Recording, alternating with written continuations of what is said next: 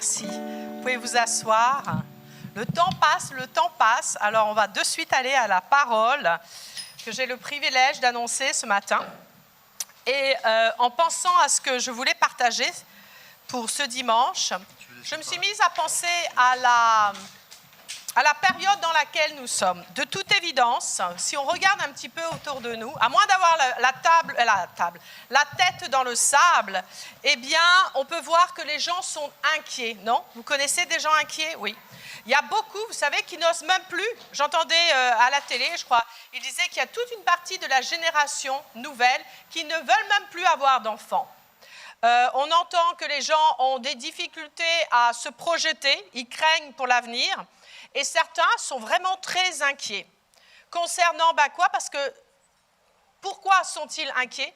Parce qu'on peut voir qu'il y a beaucoup de manques qui sont présumés pour certains et effectifs pour d'autres dans le monde. On peut voir, par exemple, il y a des manques de quoi? D'énergie, potentiellement d'eau, potentiellement d'alimentation, potentiellement de santé. Avec les virus, il peut y avoir un manque de santé, un manque de sécurité. Bref, le monde actuel est en train d'être conscient de beaucoup de manques. Et on peut voir que l'angoisse monte, parce que, à vrai dire, les manques dont il s'agit, ce sont des besoins vitaux. Mais honnêtement, sans Dieu, je comprends qu'on puisse avoir de telles angoisses et de telles inquiétudes.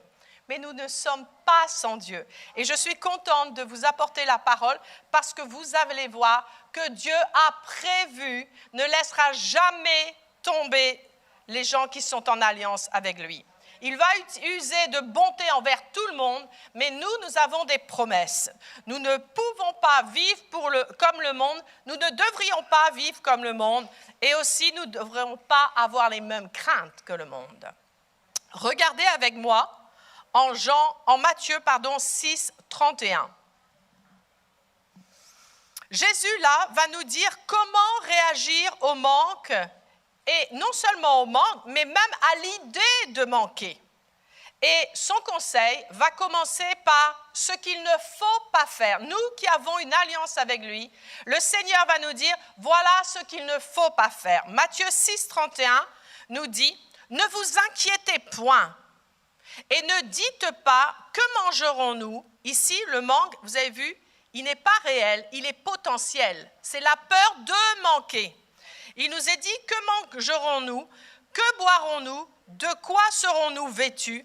Car toutes ces choses, ce sont les païens qui les recherchent. Mes amis, si Jésus prend le temps de préciser que ceci, c'est la manière de vivre des gens qui sont sans foi, eh bien, ça me dit que quelqu'un qui a la foi devrait vivre d'une autre manière, non? Et alors, en préparant cette prédication, je me suis dit, waouh, si Jésus avait été religieux, la suite de ce passage aurait été, car toutes ces choses ce sont les païens qui les recherchent, mais toi, ne les recherche pas, car Dieu veut que tu vives dans le dénuement. Est-ce que c'est ça? Non, clairement ça. Heureusement, Jésus n'était pas religieux et il n'a pas dit cela. Il a dit, votre Père céleste sait que vous en avez besoin. Rien que cette petite phrase, vous ne trouvez pas que ça rassure? Par cette seule petite phrase, eh bien Jésus était clairement en train de nous dire, vouloir ces choses est légitime.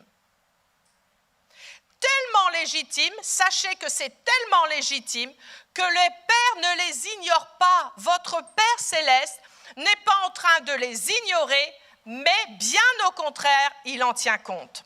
Quand il est dit, le Père céleste sait, en grec c'est eido.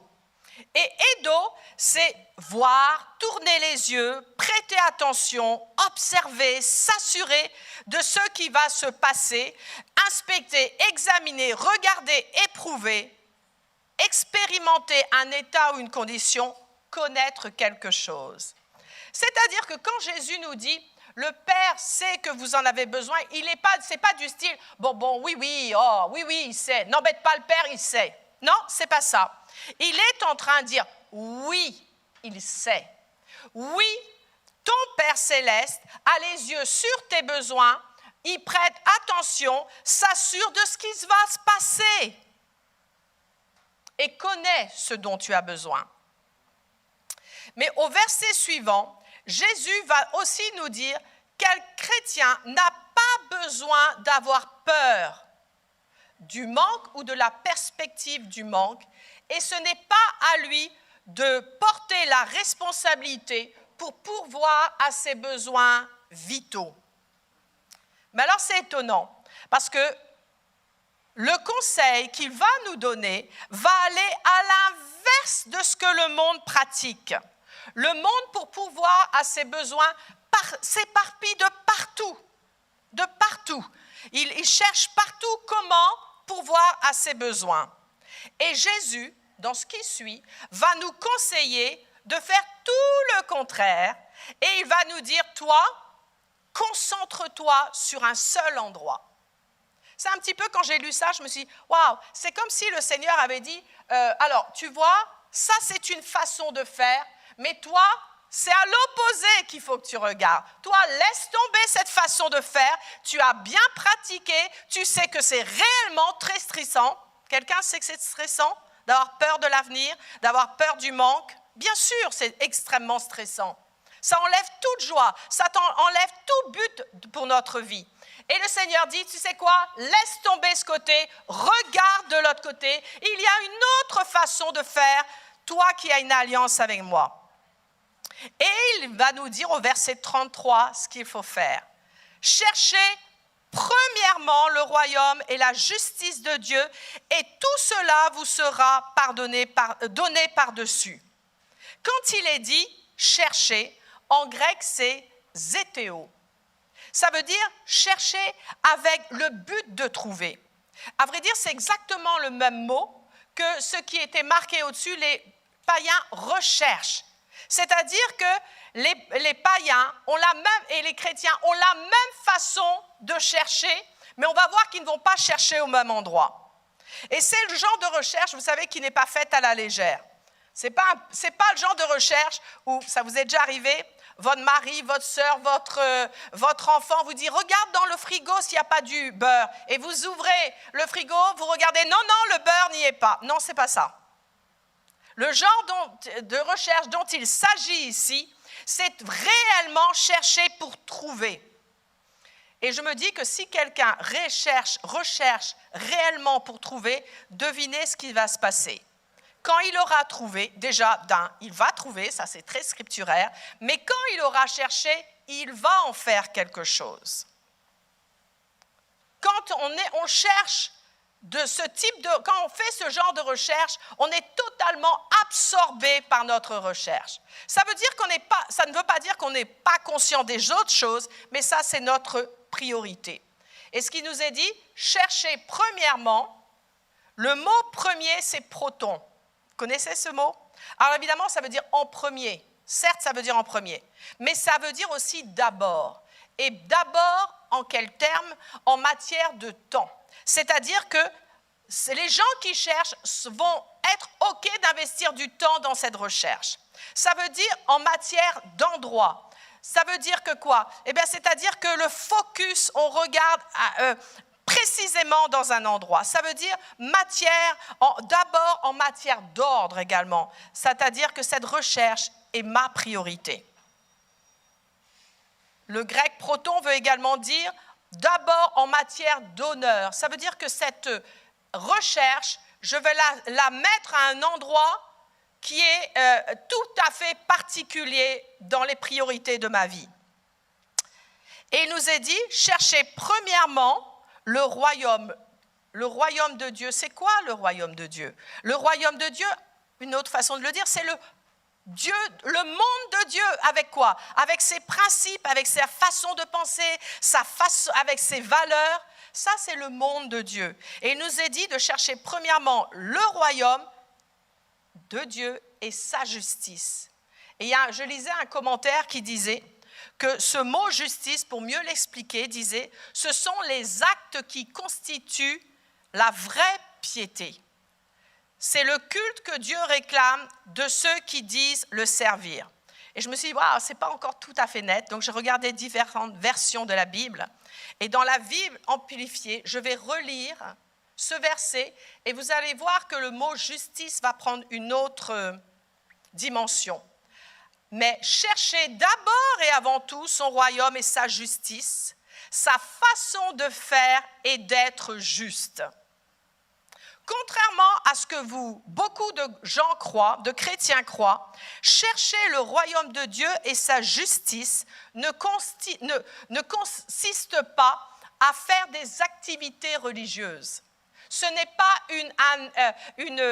une pratique religieuse. C'est-à-dire, dans ce verset, il n'est pas dit « allez premièrement à l'église ». Il n'est pas dit « allez premièrement aux réunions », « étudiez premièrement ». Oui, bien sûr, la Bible nous enseigne à faire toutes ces choses parce que ces choses vont justement nous aider dans la recherche. Mais rechercher le royaume de Dieu et sa justice, mes amis, c'est bien plus que ça. C'est bien plus que ne focaliser que sur les choses spirituelles. On recherche Dieu et sa justice, ça ne se cantonne pas à uniquement le domaine spirituel. Pourquoi? Pourquoi est-ce que rechercher Dieu n'est pas uniquement dans le domaine spirituel? Eh bien, tout simplement parce que Dieu, dans ses principes, dans sa façon de faire, dans ses façons de penser, touche tous les domaines de la vie. En d'autres mots, chercher Dieu, c'est chercher à bâtir sa vie, c'est-à-dire ma carrière, ma famille, ma vie sociale, ma vie spirituelle, mes décisions, mes choix à sa manière. C'est toute ma vie qui va être impactée par la recherche que je fais du royaume de Dieu et de sa justice. C'est ma vie dans sa globalité que je vais chercher à aligner sur lui. À vrai dire, quand on comprend ça, c'est très facile de savoir si on recherche Dieu et je trouve que c'est très intéressant de se poser la question, de prendre sa vie, un petit peu de la regarder de plus près et dire « Ok, tout à l'heure, pasteur Marc, j'ai cru que tu allais prêcher mon message, dire dans mes finances, est-ce que je bâtis ma vie financière selon les critères de Dieu? Ma famille, mes enfants, est-ce que j'éduque mes enfants selon les critères du monde, selon tes principes, selon ton standard?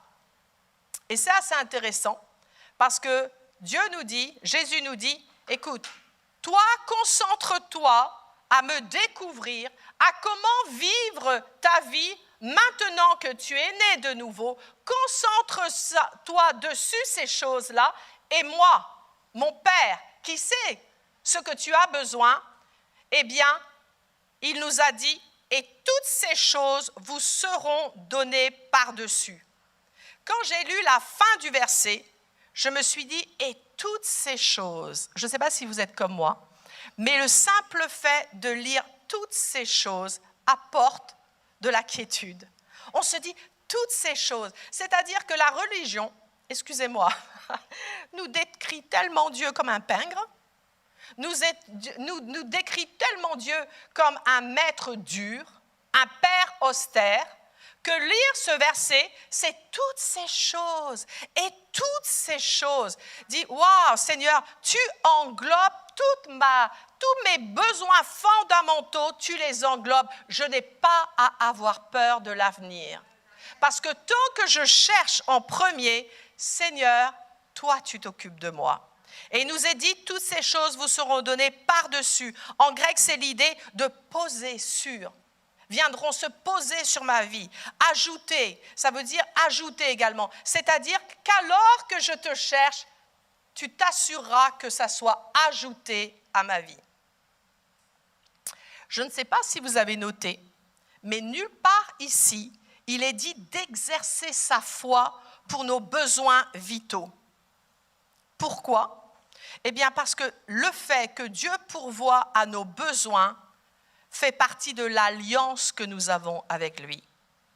La seule chose qu'il nous le demande, c'est « assure-toi que tu me mettes en premier ». Et quand il nous dit « assure-toi que tu me mettes en premier », ce n'est pas parce qu'il est capricieux, il dit « tu vas me mettre en premier ». Tu comprends? Je suis ton Dieu, tu vas me servir. Non. Quand Dieu, certains ont déjà eu l'idée que ça pouvait être ça? Non, ce n'est pas du tout ça, Dieu. Dieu, quand il nous dit ça pour notre propre bénéfice. C'est-à-dire, il est en train de dire, mets-moi en premier. Parce que alors que tu me mets en premier, tu vas commencer à faire les choses à ma façon. Tu vas te retrouver connecté aux personnes que j'ai choisies pour être sur ton chemin, que ce soit dans ta famille, dans ta vie spirituelle, dans ta carrière. Tu vas te retrouver au bon endroit, au bon moment, avec les bonnes personnes. Quand nous sommes au bon moment, au bon endroit, avec les bonnes personnes, devinez, la bénédiction, c'est un tapis rouge, c'est une autoroute ce sont les conditions idéales pour que la bénédiction se manifeste dans notre vie. Je vais vous donner un exemple. Par exemple, la Bible dit que l'on doit travailler de nos mains et que le Seigneur va bénir le travail de nos mains. Imaginez que quelqu'un n'ait pas du tout eu cette mentalité pendant qu'il était dans le monde et il découvre qu'il est bon de travailler. S'il commence à pratiquer, devinez ce qui va se passer. Le Seigneur va bénir cette personne dans son activité et donc ses besoins automatiquement seront pourvus. Si la personne ne cherche pas Dieu en premier, il ne saura peut-être jamais que le Seigneur veut bénir le travail de ses mains.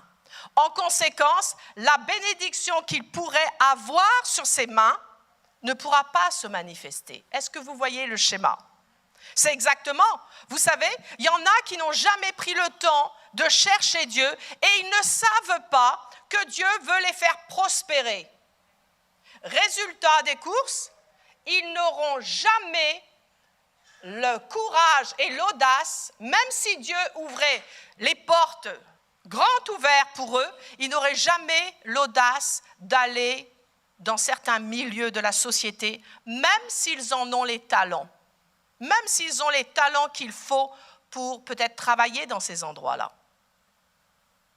Donc, voyez-vous, quand Dieu dit « mets-moi en premier », ce n'est pas parce qu'il veut juste exiger de nous que c'est comme ça, maintenant tu es sauvé, tu vas me servir et c'est la règle. Non, écoute, c'est simplement, je te demande de me mettre en premier parce que tu m'aimes, mais vois-tu, alors que tu me sers, je vais m'arranger pour que tu aies tout ce qu'il faut pour que ma bénédiction à laquelle tu as droit se manifeste. Est-ce que ça, ce n'est pas une bonne nouvelle? Ah, attendez, toutes ces manières à lui de faire, de penser, de découvrir, alors qu'on les cherche, vont permettre que la bénédiction qui est déjà acquise par la croix, par le salut que nous avons reçu, va se manifester. Et moi, quand j'ai lu ça, je me suis dit, waouh, quel soulagement! Vous qui avez des enfants, vous qui n'êtes peut-être pas, qui avez du mal à boucler les fins de mois, vous qui avez peut-être des manques ailleurs, continuez à chercher Dieu en premier et vous allez voir, il va s'assurer que la bénédiction puisse se manifester. Alors maintenant, si je vous demande, est-ce qu'un chrétien on va le dire comme ça, qu'est-ce qu'un chrétien ne doit pas faire concernant le manger, le boire et le vêtement? Qu'est-ce qu'il ne doit pas faire? Qu'est-ce qu'il ne doit pas faire? Eh bien non, vous avez mal lu le verset. Qu'est-ce que dit le verset? Il dit, vous n'avez qu'une partie du verset. Il dit, ne vous inquiétez donc point. Et il y a une petite subtilité.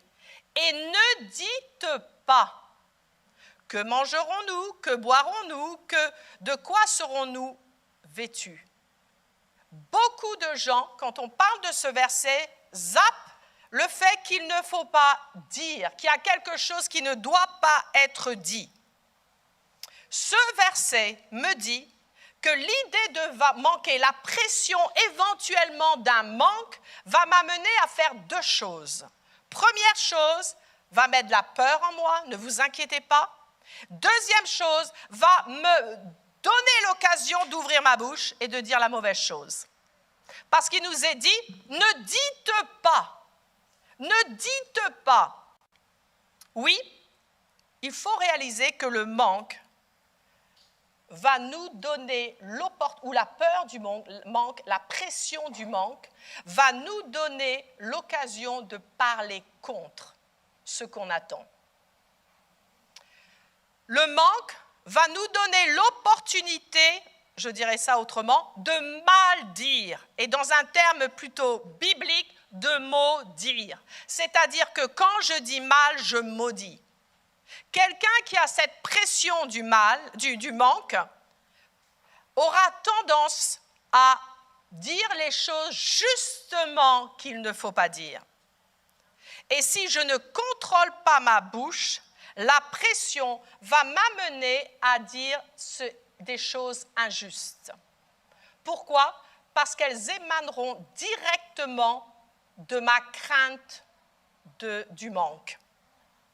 Et en y réfléchissant, je me suis dit, à vrai dire, vous savez quoi? Ce n'est pas juste le manque, la peur du manque de boire, de manger et de ne pas avoir de quoi se vêtir. Quand on y réfléchit un peu, on se dit, à vrai dire, c'est le manque sous toutes ses formes. C'est une des caractéristiques du manque, c'est justement sa pression va nous faire dire les choses qu'on ne devrait pas dire. Et tout le monde va s'y retrouver. Peut-être vous dites, « Ah non, pas moi, pas moi. » Bon, ben écoutez, je vais vous donner des exemples. Pensez aux paroles que vous prononcez lorsque une réponse à une prière commence à tarder. Non, mais je ne comprends pas, Dieu, non, mais je ne comprends pas. Et autre chose, pensez à ce que vous dites quand vous avez un manque d'approbation, peut-être de votre mari, de votre patron, de votre pasteur, peut-être d'un ami. Quand quelqu'un n'est pas d'accord, qu'il y a un manque d'accord entre vous et lui, qu'est-ce que ça risque de provoquer en nous? Souvent, on va commencer à dire exactement l'inverse de ce que l'on devrait dire. C'est vrai ou pas, ou il n'y a que moi? Absolument. Quand vous avez, par exemple, quand il n'y a pas un manque d'harmonie dans le couple, qu'est-ce qui se passe très souvent? Eh bien, l'un et l'autre vont commencer à parler, à dire exact, ils vont parler du manque, ils vont parler des conséquences du manque, de ce que le manque provoque, au lieu de parler de ce que Dieu va faire. Quand vous estimez qu'on vous doit quelque chose, donc il y a un manque, vous estimez qu'il y a un manque, on vous doit quelque chose, qu'est-ce que généralement ça déclenche en nous? Des paroles. Et on sera tous assez honnêtes pour dire, ce n'est pas forcément les bonnes. À moins qu'on soit en contrôle de notre bouche, qu'on ait accepté, écoutez bien, qu'on ait d'abord cherché le royaume de Dieu dans ce domaine, il y a de fortes chances qu'on ouvre notre bouche et qu'on l'ouvre mal. Donc ma question est une question que je me pose, que je vous pose. Qu'est-ce que je dis dans ce que j'estime qui manque à ma vie? Qu'est-ce que je dis quand j'estime que la personne ne m'a pas donné ce qu'elle aurait dû? Qu'est-ce que je dis quand mon mari ne m'a pas fait ce que j'estime qu'il aurait dû faire? Qu'est-ce que je dis quand mon employeur ne m'a pas donné cette promotion? Qu'est-ce que je dis quand le pasteur ne m'a pas donné le conseil que j'attendais? Qu'est-ce que je dis? Et je pense que c'est suffisamment important pour qu'on s'arrête et que se pose cette question. Le manque ou la pression qu'elle exerce sur nous a la puissance de nous faire parler, quand au pire, on devrait se taire et au mieux, on devrait parler notre foi, parler le meilleur de l'autre. Il y a certains couples, certaines familles qui n'évolueront jamais parce qu'on entend plus parler des manques que de parler de la provision. Pourquoi Jésus nous a-t-il mis en garde contre l'inquiétude et le fait d'ouvrir la bouche? Bien, tout simplement parce que ça a des effets. Vous avez noté que l'inquiétude a des effets en nous. L'inquiétude, même le corps médical le reconnaît. L'inquiétude sapera votre corps par la maladie. L'ulcère, bref, je ne vais pas tous les faire, il y en a une quantité. L'inquiétude sapera votre âme par quoi? Par le stress, par l'abattement. Proverbe 12, 25 nous dit « L'inquiétude dans le cœur de l'homme l'abat ». Donc l'inquiétude n'est pas à prendre à la légère parce que c'est un moyen de sape.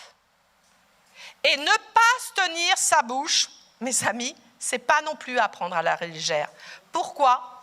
Parce que ne pas tenir sa bouche, quand on estime qu'on manque ou que quelqu'un ne nous a pas donné ce qu'il devait nous donner, eh bien sapera notre foi. Elle sapera l'intervention de Dieu dans ma situation de manque. Mais je voudrais apporter une autre précision concernant ce verset. C'est que, avez-vous noté que Jésus dit « Que mangerons-nous? Que boirons-nous? De quoi serons-nous vêtus ?» Il n'est pas dit « Que mangerai-je ?» Il n'est pas dit « Que boirai-je » ? De quoi serai-je vêtu ? Non, c'est intéressant parce que le Seigneur dit « On ». Et quand j'ai lu ça, bien sûr, il s'adressait à un groupe. Mais quand j'ai lu ça, le Saint-Esprit m'a dit « On », parce que la tendance, non seulement tu vas parler, mais la tendance est de trouver quelqu'un pour être d'accord avec toi et en parler avec la personne.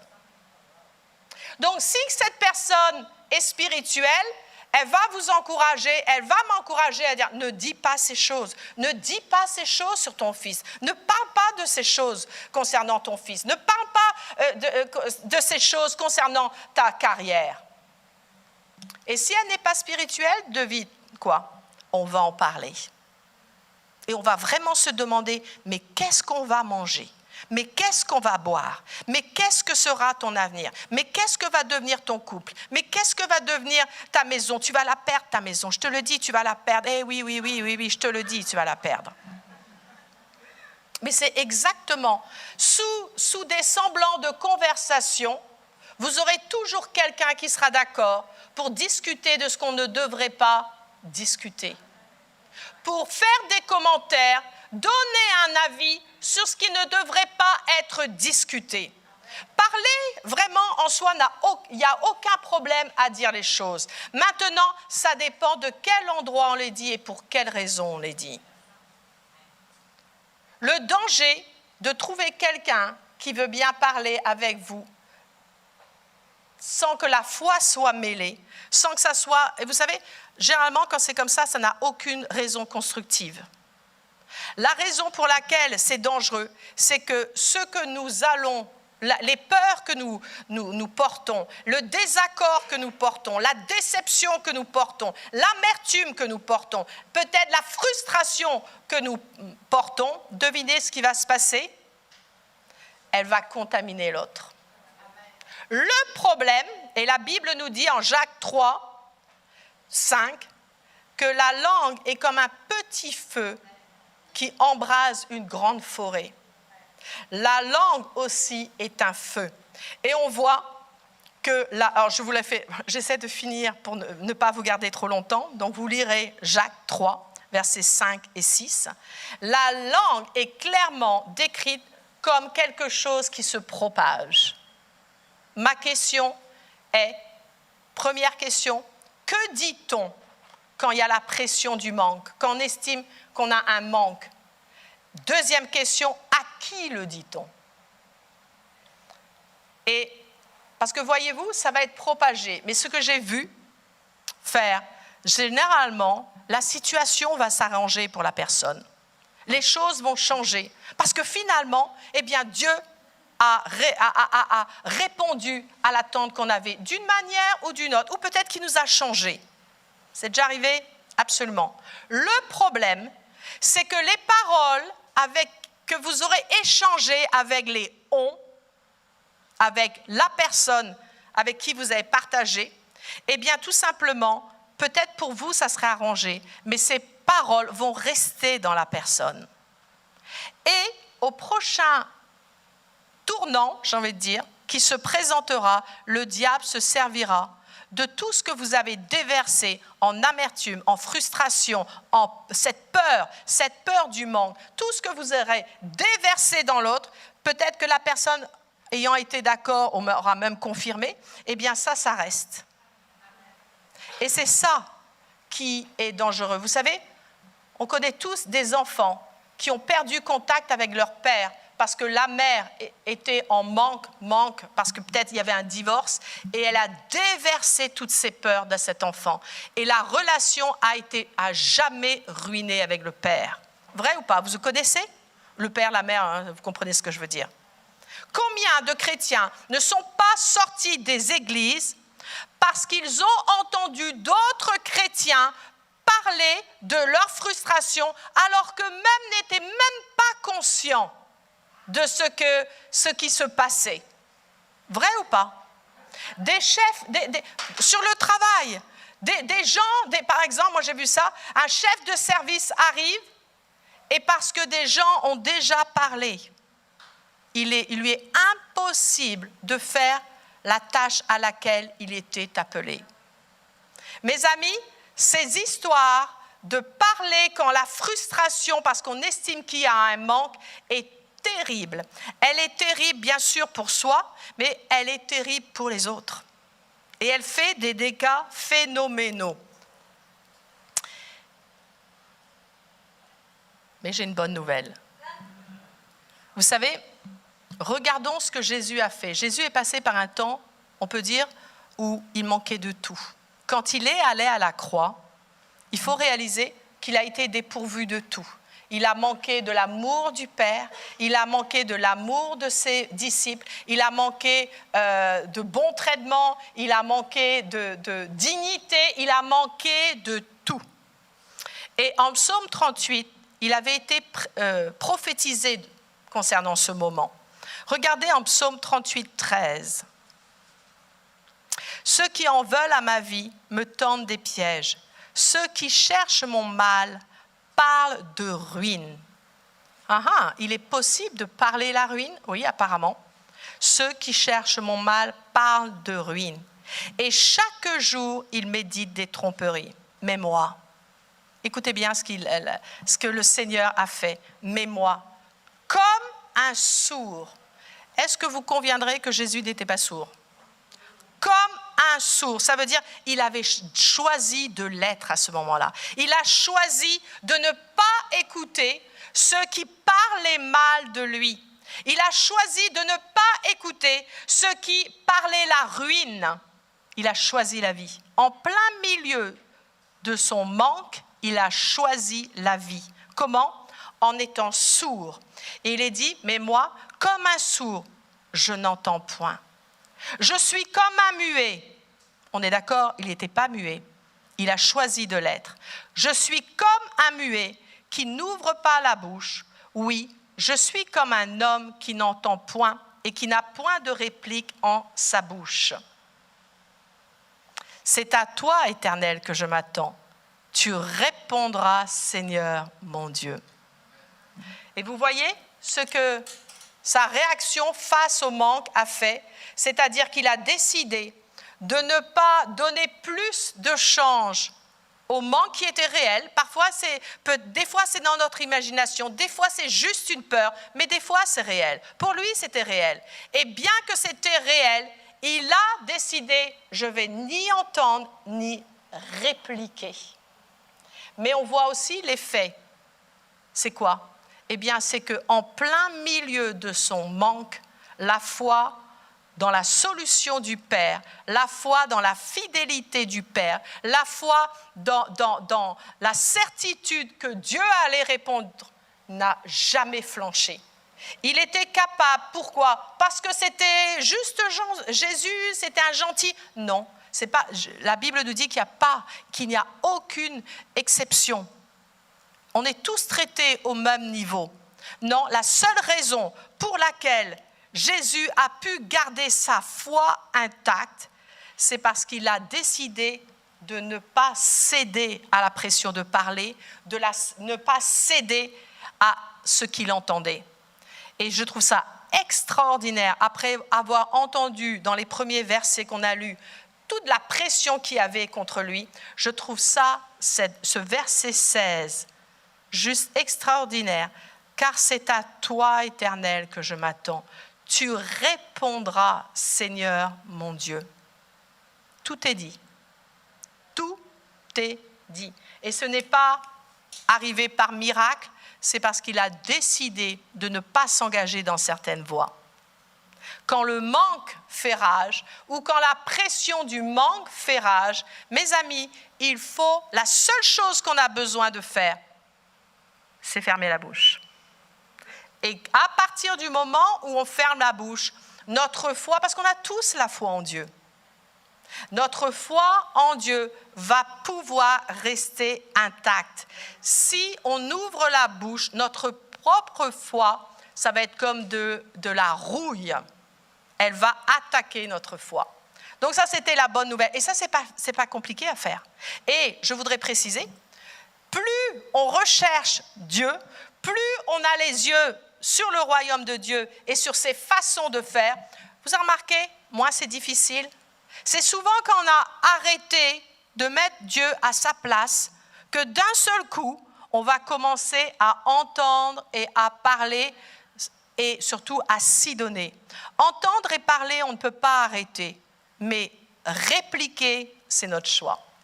Donc voilà, je voulais vous encourager, je voulais m'encourager parce qu'on a tous des défis tant qu'on sera sur cette terre, mais il y a une chose qu'on a compris ce matin, c'est que quoi?